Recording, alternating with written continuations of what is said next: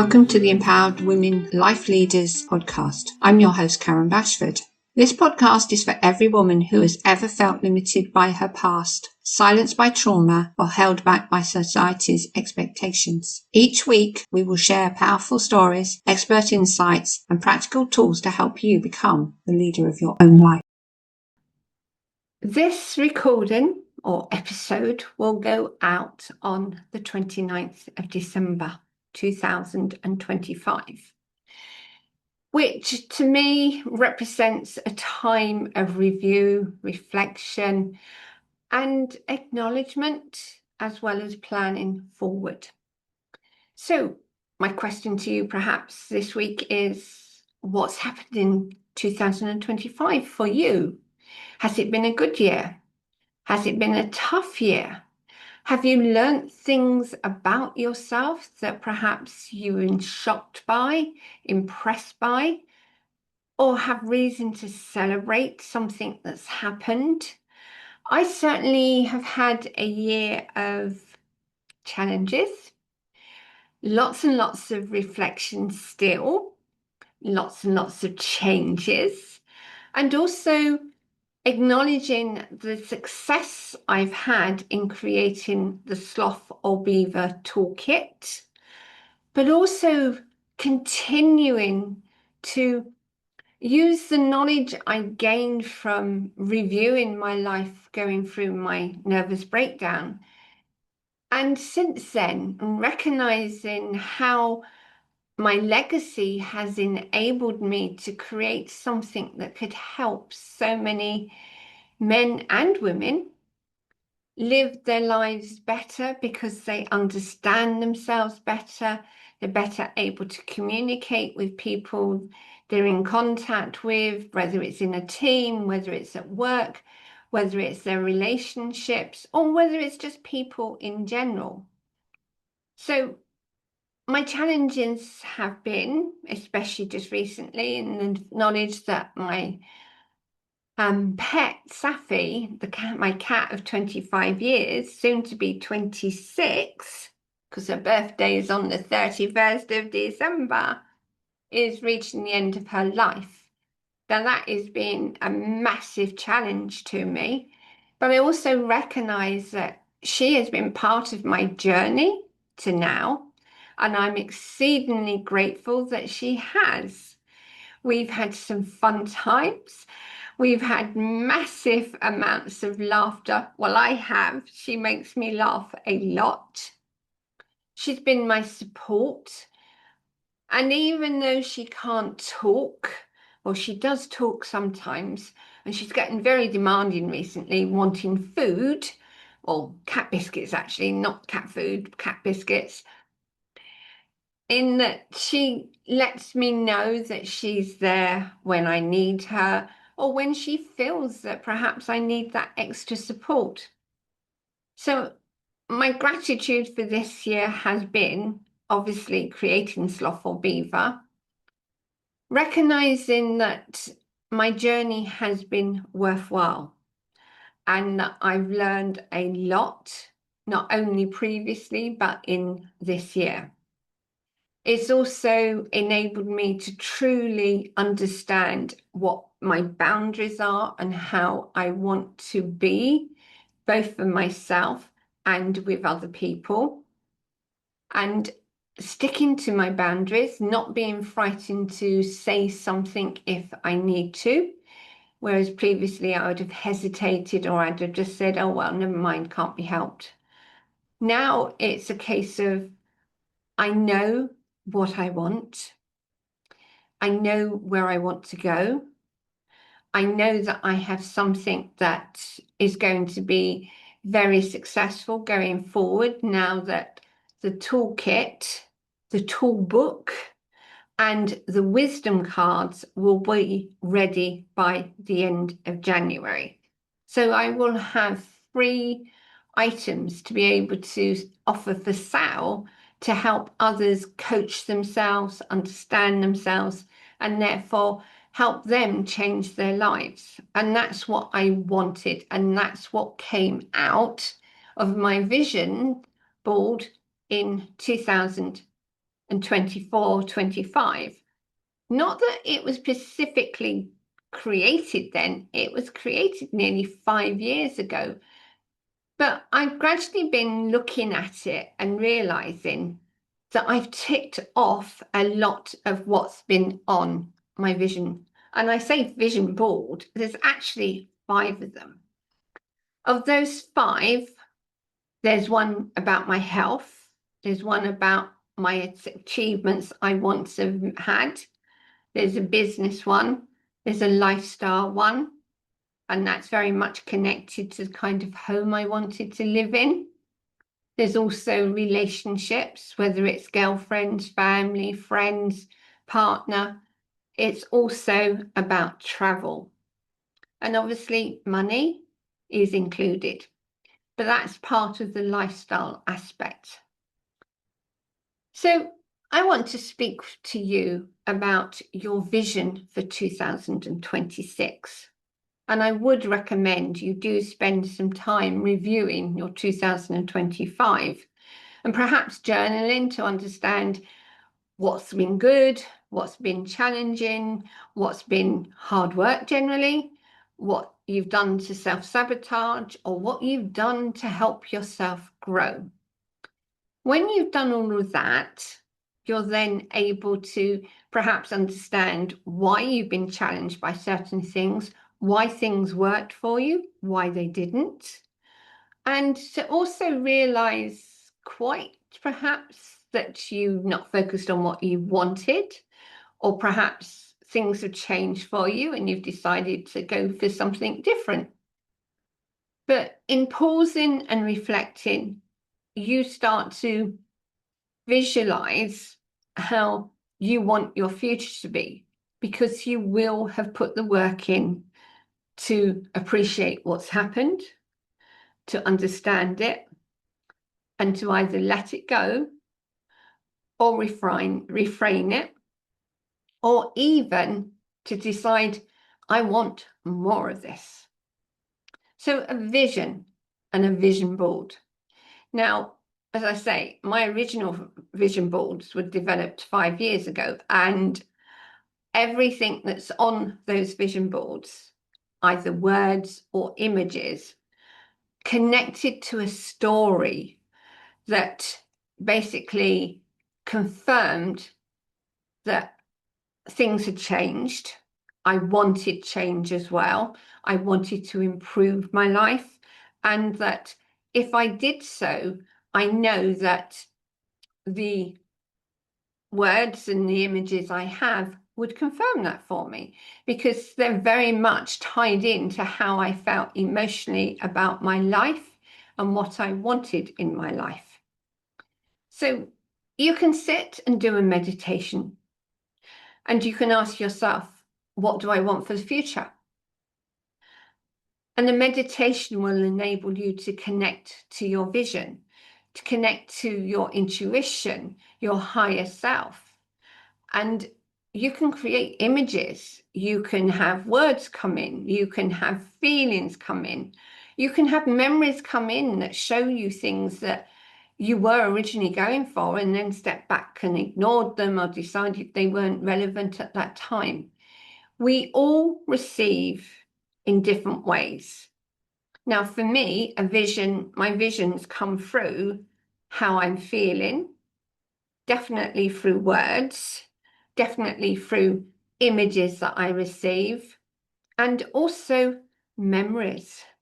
Memories of things that I enjoy doing that I want more of, or things that I felt at the time was what I wanted to do or to be. But because of situations that I was in, or that were occurring, or that I'd lacked the confidence to go for them, were not necessarily on my vision board because I dismissed them. It wasn't, oh yes, I definitely want to go for that. It was like, yeah, really? Do I really want to go for that? But having looked at the 5 vision boards I have and realizing just how much I have ticked off, it's like, okay, so they're the things that I chose, And obviously, seeing my vision boards on a daily basis, I constantly reminded myself of what I was seeking. And I share often that the universe will work with you in the background to create what you want, so long as it does not harm anyone else and so long as it doesn't harm the planet. Because obviously, if it's going to harm somebody or if it's going to harm the planet, it's not really the right thing that we should be going for, or you could be going for, nor is it something that would necessarily benefit others. Now, your vision doesn't have to benefit others. Obviously, it's for your benefit. But if you're deliberately choosing something that could harm someone or something, in that case, is it a true vision? Because we're not here to harm, we're here to grow. So you can connect in with your intuition, your gut feelings, or do a vision, do a meditation to obtain your vision. Sometimes we get messages coming through, we get images that don't make sense to us, and we have to review them. Now, when I say review them, I don't mean to sit there and pick them to pieces. I mean, when I say review, I mean to ask yourself, what does this really mean to me? You've obviously associated something that is relevant for your future with something that you've either already experienced or you have knowledge of. And it's utilizing your mind, your intuition are utilizing what you already know to be able to tell you what you want. There's no point in having your intuition show you something that means absolutely nothing to you if you cannot associate it with something that means something to you. So therefore, you could receive images. I once received an image of a mountain. What does a mountain mean? Well, what does it mean? Just think on what does a mountain mean? At the time of doing the vision board, I was, well, the vision, precisely a vision rather than a vision board. I was with a group of people and we were going through this process of what we wanted for the future so that we could invite it in. And as I said, mine was a mountain. It was a field at the bottom of the mountain. It was a cabin. And it was a sense of peace. And when we sat down and discussed each of our visions that we'd received, mine specifically related to a mountain being strength, being big and strong. Its cabin was obviously relating to a home. It was a wood cabin. The field very much related to that open space of being able to have that freedom and such like. Now, at that time, I had broken up with my partner. I was looking at what I wanted in another relationship. And from the images that came through and having discussed matters with the other people within my group of 4, we finally worked out that it did relate to the kind of relationship I wanted. I still wanted freedom, but I also wanted somebody there who was strong, who was confident, who could protect me, because often a mountain is about protection, but it was also about that freedom. The fields was freedom to me. They represented that flexibility, that ability to go and just be or just do what I wanted to do. So there was no person that's going to hold me and prevent me from being able to just be myself or to do what I wanted and needed to do. So we can get images that don't make much sense initially, But then, as I say, you pick them apart. You can chat to somebody else about them, or you can actually sit and ask yourself, what would this represent? And we can come up with the answers that we need. I wouldn't spend too long thinking, though. I would just allow yourself to note what you've seen. Perhaps ask yourself a couple of questions if you're uncertain of what their meanings are. And then go and find yourself some magazines.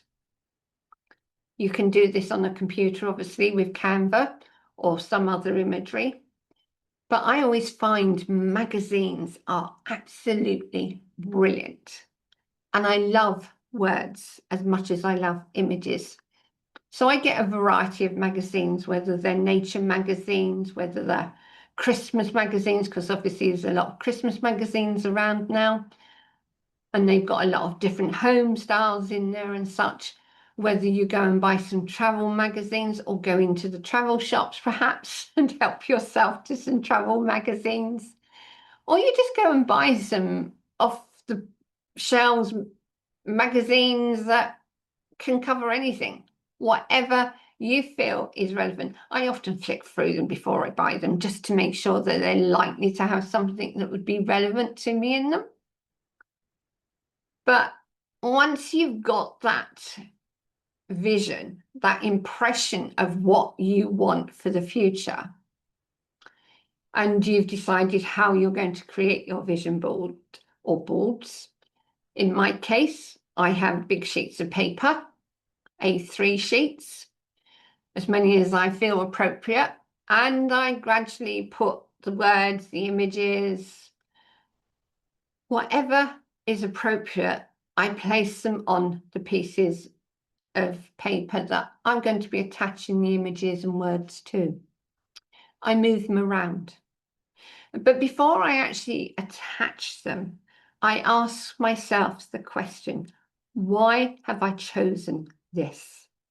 What is it about this that is important to me, that I feel that this is something I want to see every day when I get out of bed or when I go to bed, because my boards are always in my bedroom where I can see them when I first rise and where I see them when I go to bed. Or obviously if I go to the wardrobes, because they're actually attached to my wardrobes. So I see them regularly. So if I'm going to see something regularly, I want to know there's a reason for why I have put that image, those words, on that particular board or even a board. So I do ask myself the question. And if you're doing it with somebody else, perhaps you might want to share. You might want to ask each other the questions. Why have you chosen this? What's relevant about this that you're looking to achieve in it or with it? Why particularly those words, perhaps? Why that particular image? What reasoning do you have for why you're including that image? I had a board, or still have, with different animals on. And interestingly, I see a lot of those animals in the countryside, which would imply that I was actually unconsciously asking to be living in the country.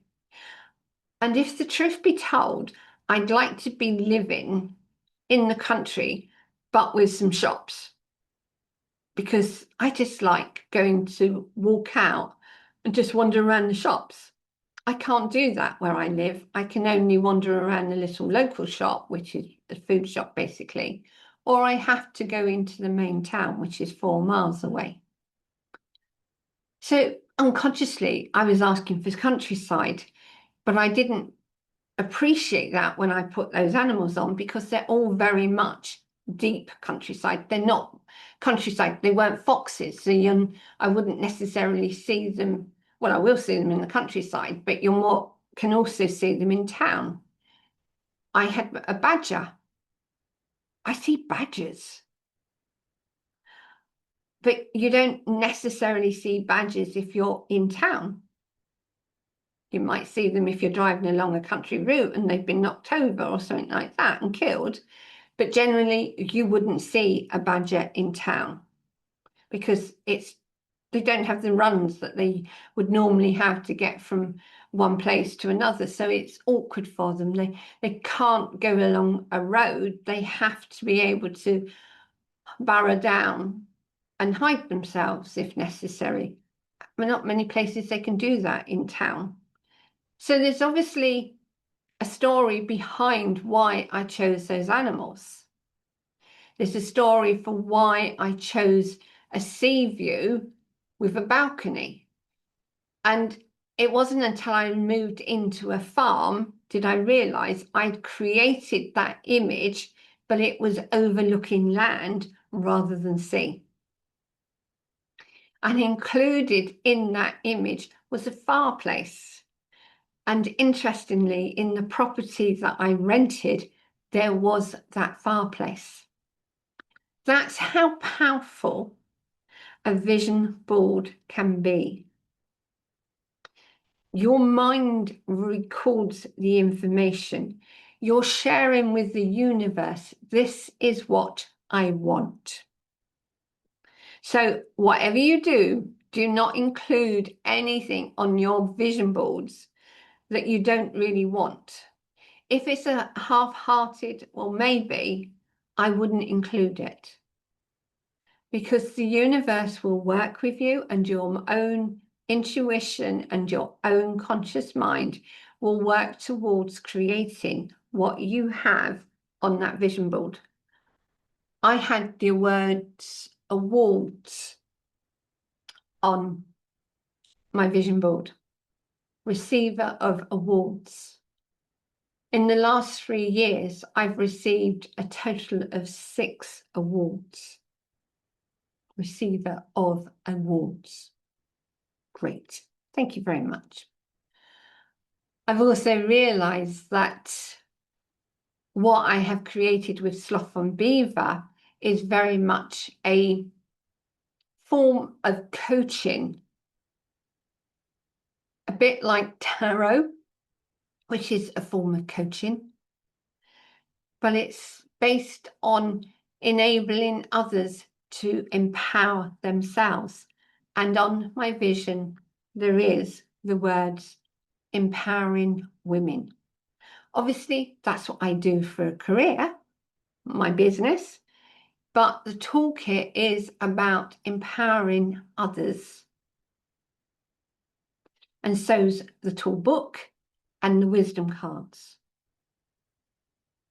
So therefore, I have completed that empowerment part, empowering others. I created the home I wanted, even though I've now moved from it. There was a reason why I had to move, and that was partly because where it was not going to serve me going forward. I've done a very long journey to get to here, but that's beside the point. The journey was beneficial because it showed me so much. I had the words Egypt on the board. I've been to Egypt. I had the word Italy on the board. I went to Sicily, which is part of Italy. There were so many things on my vision boards that if I really review, as I will do in a few days, just how much I've achieved, I'm almost certain at least three quarters of them will have either been achieved or being close to being achieved. Yes, it took me 5 years, but it doesn't matter. It's the fact that they were there, I was working towards them, and the universe was supporting me. And as we well know, the universe works on the basis it provides when the time is right. And the time is definitely right now. as we enter 2026. 2025, when you add those numbers together, come to 9. 9 is an ending year. In tarot, in numerology, 9 always is about endings, about finalizing, about finishing, about reviewing and redesigning, because it's an ending of a chapter, basically. We then go into a 10, which is the highest number of a tarot, basically. Yes, you can have the major arcanas and their numbers are higher, but basically in the minor arcanas, you go to 10 and then you become a 1 again. And 2026 is a 1. It's a 10, and if you add 1 and 0, you get 1.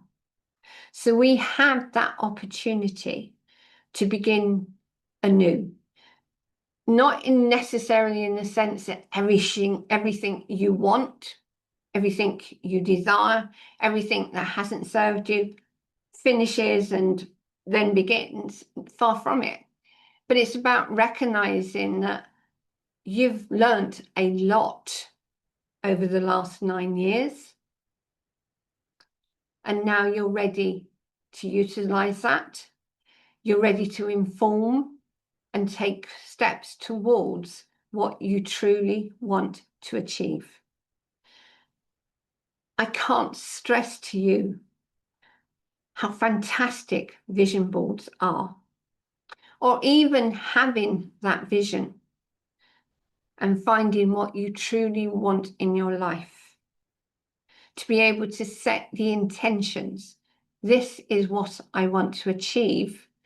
And for me, intentions provide flexibility. It means that when you work on something, you have an intention of achieving. However, it's not set in stone, so it means it can be flexible. It can go beyond what you're looking for, or it can go in a different direction that will still give you the outcome you're looking for, but not because you're so rigid. This is only how I want to achieve this. Intentions allow that flexibility. It allows that space for growth in different ways. For me, goals are always very much set. It's like, this is what I'm going to achieve. And then you're disappointed if you don't achieve it. Intentions are not about allowing yourself an excuse not to achieve. Intentions are allowing you to be flexible in your approach to achieving. They're also allowing you to let the universe support you and encourage you in ways it feels appropriate. But intentions also enable you to not be so fixated on something that you miss a different opportunity that perhaps could give you more. So review, reflect, reframe, release, redesign, and then create with intention through your vision and vision boards. I have now produced, I think it's 59 episodes. So the next episode will be 60, and that will be in January. And that, to me, is a really good number. 6 is about victories, about success. And what a great way to start 2026 with the 60th episode of this podcast. So on that note, I'm going to leave you. I wish you a happy, healthy, and successful, prosperous 2026. And I look forward to speaking again and welcoming more guests throughout 2026. Take care and look after yourself. Bye for now.